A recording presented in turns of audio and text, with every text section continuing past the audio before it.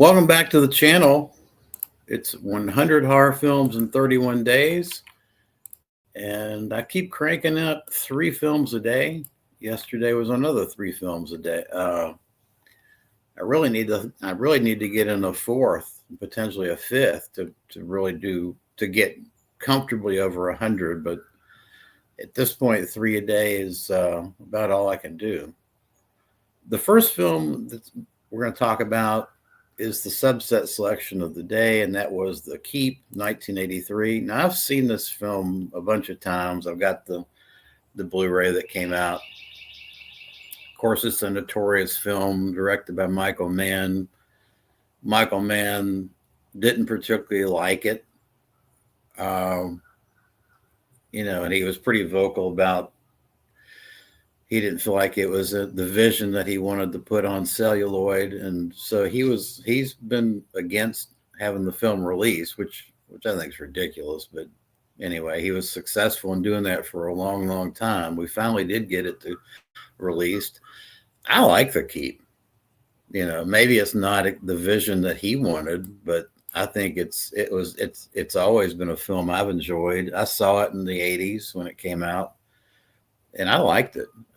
It's the story it's set in World War II, and a German army garrison is sent to a mountain pass in Romania, and they run into this ancient stone fortress with, of course, an evil secret contained in the fortress. The film stars Jürgen Prochnow, who, of course, he was huge at this time because of Das Boot. He's one of the Germans, and he's kind of a left-leaning German soldier. You also have a very young Scott Glenn in this, and then a very young Ian McKellen. The music is by Tangerine Dream, and that's really the showpiece of the movie is Tangerine Dream. If you're not familiar with Tangerine Dream, if you're not my age, then I would suggest you go onto YouTube and listen to some of their music. It's great ambient type stuff. I love it.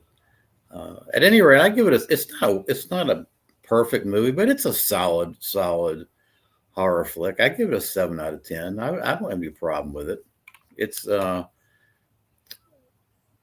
got some moments. I mean, it's a strange, disorienting kind of film, but I don't think that's a negative. I mean, there's definitely some scenes. There's some special effects, questionable special effects in it, but overall, if you step back, I mean, I think it's a solid film. I give it a 7 out of 10. Next up, Among the Living. Now, there's 3 or 4 of these Among the Living films titles. The one I watched was from 2022, and this is a dystopian film that has viral, blood-hungry humans, and so it's very much like 28 days, 28 years later type stuff, or not really much The Walking Dead, but definitely more like 28 days later. Problem with this film is it's 80% melodrama and 20% horror. It's really there's a smattering of horror thrown in, but it's basically about a brother and sister who are traveling. At this point, there's not much of civilization left, so they're just trying to get from point A to point B safely, and it's just about their relationship. It's really kind of a soft kind of film. Not bad, but I gave it a 5 out of 10. It's a decent one-time watch, I guess.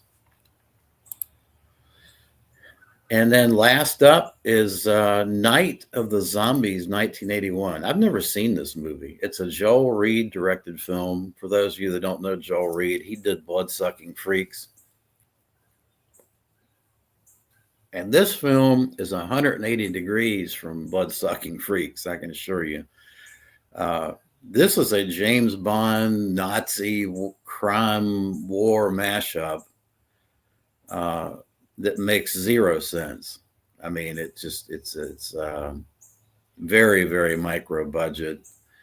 I will say this: Jamie Gillis is in this. For those of you who don't know him, he was a '70s porn actor, but his acting was good in this. But that's about the only positive I got to say about it. The film is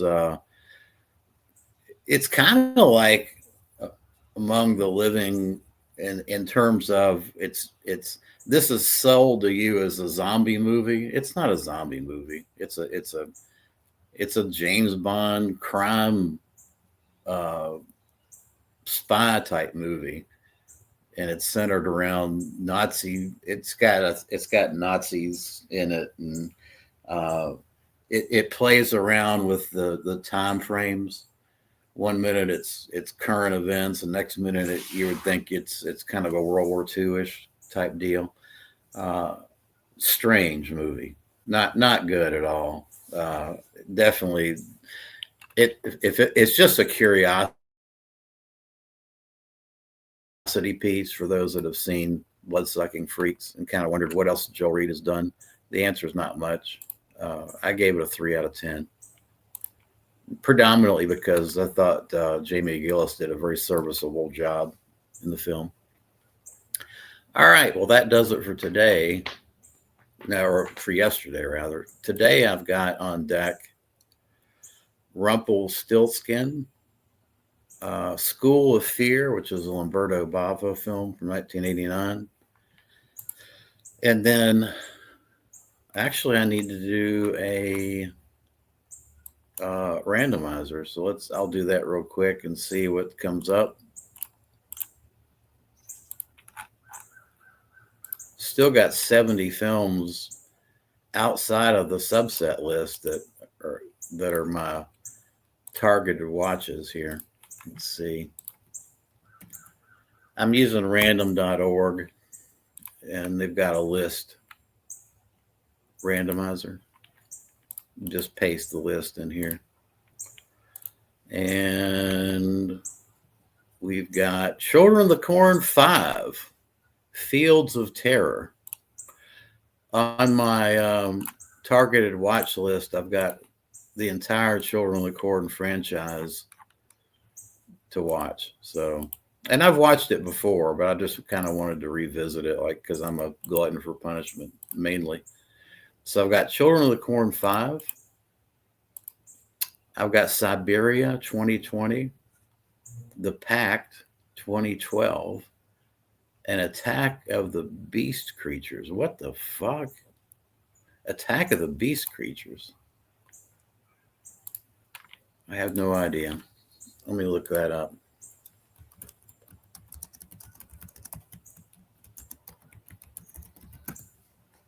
Yeah. 1985 Attack of the Beast Creatures. Michael Stanley.